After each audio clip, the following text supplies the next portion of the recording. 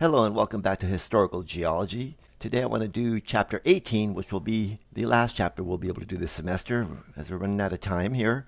But this chapter deals with life in the Cenozoic, and the opening picture here has the entelodont, the terror pig. Although they do kind of look pig-like, these ungulates, you can tell by their even toes here, ungulates related to cows, hippos. These are actually carnivorous ungulates that lived during the Eocene time and into the Oligocene. And this guy in particular is called the entelodont, or part of the entelodont group. And Archaeotherium here, which means ancient beast, was endemic to North America and Europe and Asia, again during this Eocene and Oligocene epoch. And recently, work, or at least on cladistics, has shown that the Archaeotherium here is closely related to whales. It belongs in this kind of larger category of cetaceans here, which includes the hippos, the entelodonts, and the whales, as well as Andrewsarchus, which is an early ungulate carnivore as well. But anyways, there's quite a bit more work, and there's more linkage between these carnivorous ungulates and modern whales. And we'll talk more about this as we go along, because whales really took off and started evolving in the Eocene along when these entelodonts first started appearing here. In the Cenozoic, we also known as the Age of Mammals, following the extinction of the non-avian dinosaurs, we find that there's many ecological niches that open up, and mammals were quick to adapt and take over those ecological niches. They diversified rapidly on land, in the seas, and even in the air. We also note that marine invertebrates diversified, and then the key plants that take over in the Cenozoic are the flowering angiosperms. Remember that they really didn't develop until the Cretaceous, but by Cenozoic time they're the dominant plant. Again, the fossil-bearing rocks of the Cenozoic are common worldwide. Remember, these rocks are at the surface, they're not metamorphosed, and they contain many fossils, many mammalian fossils, also birds, fish, insects, and here are some 35 million year old redwood trees out in Colorado.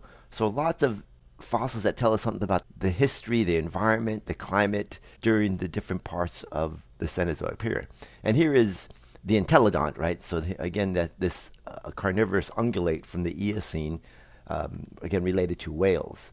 So we're looking at the invertebrates, and this in particular here, the phytoplankton. A famous formation, especially here in California, is the Monterey Formation. This is actually the Monterey Formation down in Laguna Niguel, Newport Beach. And it's composed of primarily these either pinnate diatoms or centric diatoms.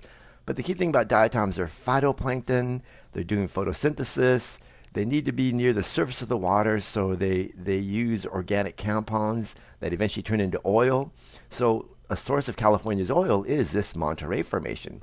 Again, the geology of California, or the San Andreas transform system during the Miocene time, was one where we had a releasing bend, and that releasing bend leads to pull-apart basins and deep water basins that are near shore, where you're able to deposit these diatoms in deep waters near shore, away from bacteria in those low oxygen conditions, and that preserves the petroleum.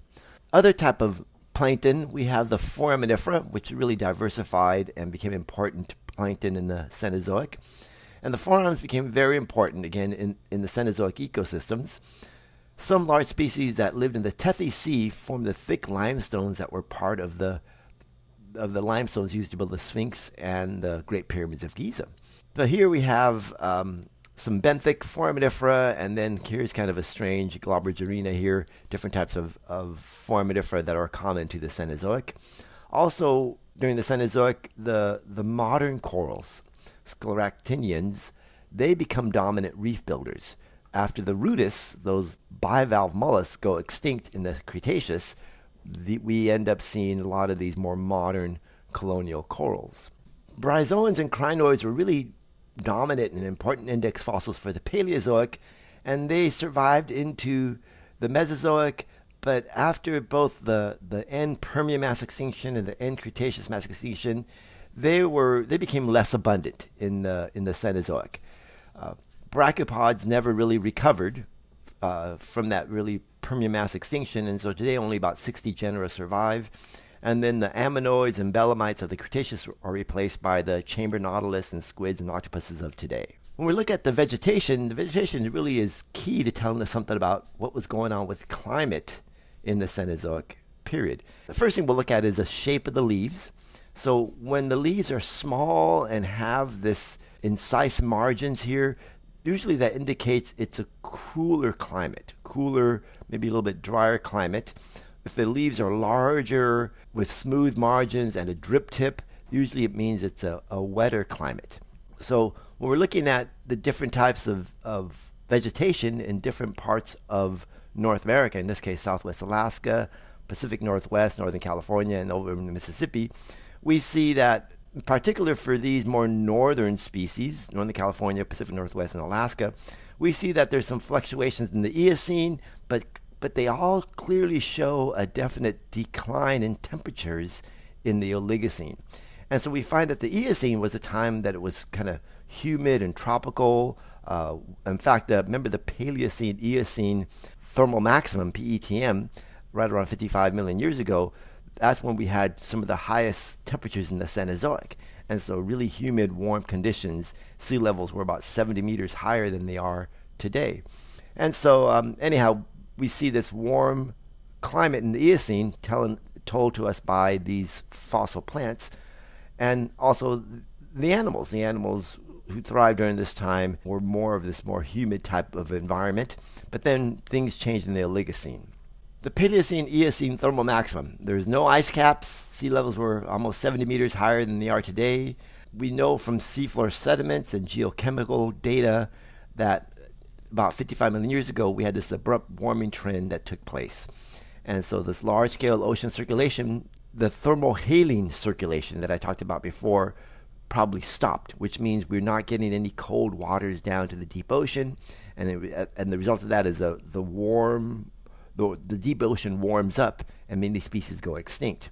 And also some scientists think that because there was no cold water sinking to the deeper oceans, there's a series of methane hydrates, and they still occur today, that occur in the bathyl zone. Remember, the bathyl zone on the seafloor is the region that really corresponds to the continental slope, kind of the deeper waters of the continental slope. And so there are many methane hydrates there. So, and they're usually frozen.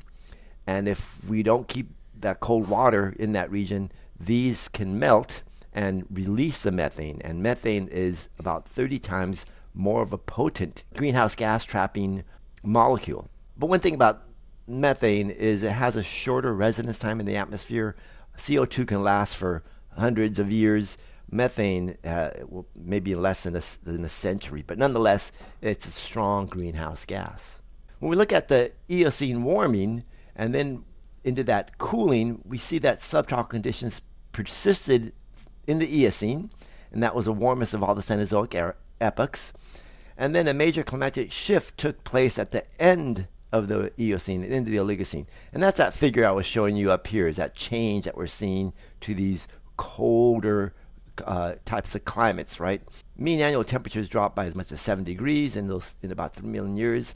And since the Oligocene, mean annual temperatures have varied somewhat worldwide, but they've overall kind of stayed about the same.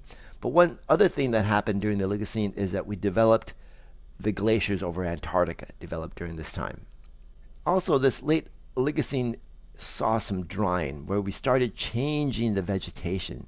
So we saw a decrease in precipitation in North America, and as the climate became drier, the forest of the Oligocene gave way to savanna conditions, which are grasslands and scattered trees, and finally into steppe environments. And remember, steppe environments include short grass prairies and kind of desert margins. And the key thing that's here is that we're changing from browsers, animals who are eating leaves and twigs off of bushes, to grazers. Remember, the grazers are the grass eaters. And the grass eaters here have adapted to eat these grasses. And the thing about the grasses usually have silica.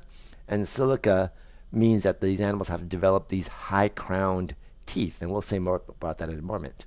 In terms of Cenozoic birds, we really see that the early Cenozoic, the Paleocene and Eocene birds, looked much like dinosaurs. In fact, they still look like feathered dinosaurs. This is a picture of Gastornis, which is a large Paleocene, Eocene bird, mostly from South America. And some of these actually did migrate up into North America. We do find some fossils in Texas and Florida of these large, maybe 9-foot tall birds here.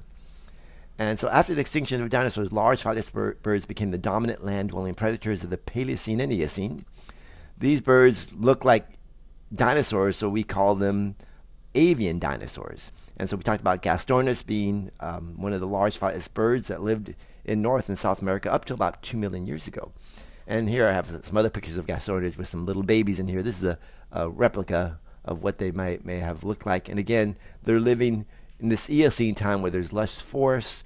And these were predators, and they were predators of the small horses that lived during this time. Now, many bird groups evolved again during the Cenozoic. Birds first appeared in the early Mesozoic, and then we have owls, hawks, ducks, penguins, vultures, all evolving in the Paleogene. So that includes the Paleocene, Oligocene, and Eocene epochs. We see songbirds really increased in the early Miocene, and by late Miocene, 5 to 10 million years ago, many modern species were present. And we see the penguins adapted for swimming again in the Miocene.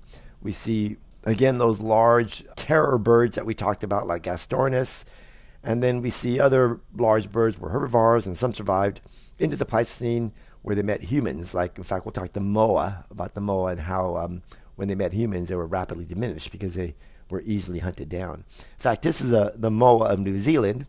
And so the moas of New Zealand and the elephant birds of Madagascar became extinct shortly after humans arrived 600 years ago. And so here's a little graphic showing that about 600 years ago, maybe closer to 800 over here, we're seeing Polynesians rise, but certainly the number of extinctions really take off once the presence of humans in these places. Mammals coexisted with dinosaurs for more than 160 million years. And during this Mesozoic time, mammals were not very diverse. There were no mammals larger than about a meter long, which is about 3 feet long. Mammals quickly diversified after this mass extinction at the end of the Cretaceous, and they filled all those ecological niches left behind by the dinosaurs and the marine reptiles here.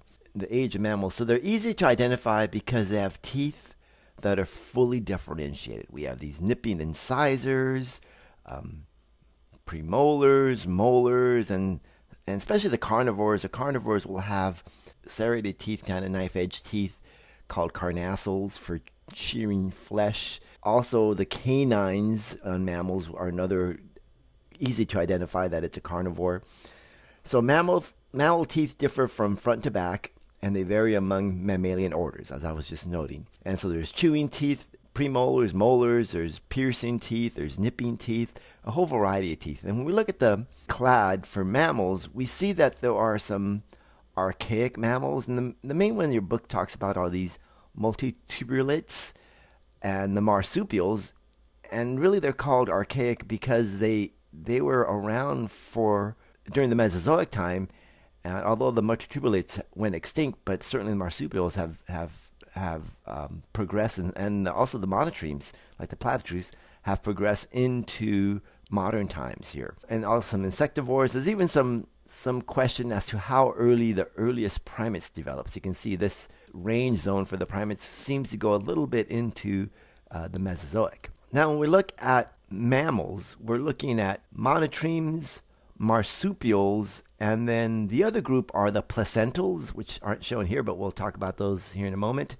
So the monotremes, they lay eggs, and the examples are the platypus here. Being mammals, remember, they have the mammary glands, so they produce milk for their offspring. Whereas the marsupials, instead of laying eggs, they have a pouch where the young embryo really makes its way up into this pouch, and there are mammary glands in the pouch that produce milk, and they lock onto those mammary glands, and that's how they're feeding and growing in that pouch. So again, kangaroos, opossums. So the opossum's the only marsupial in North America, but kangaroos and wombats, those are in Australia. Marsupials originated in Pangaea, and they migrated to Australia through Antarctica, based on the fossil record we see there. And they were important in South America until about the last 5 million years.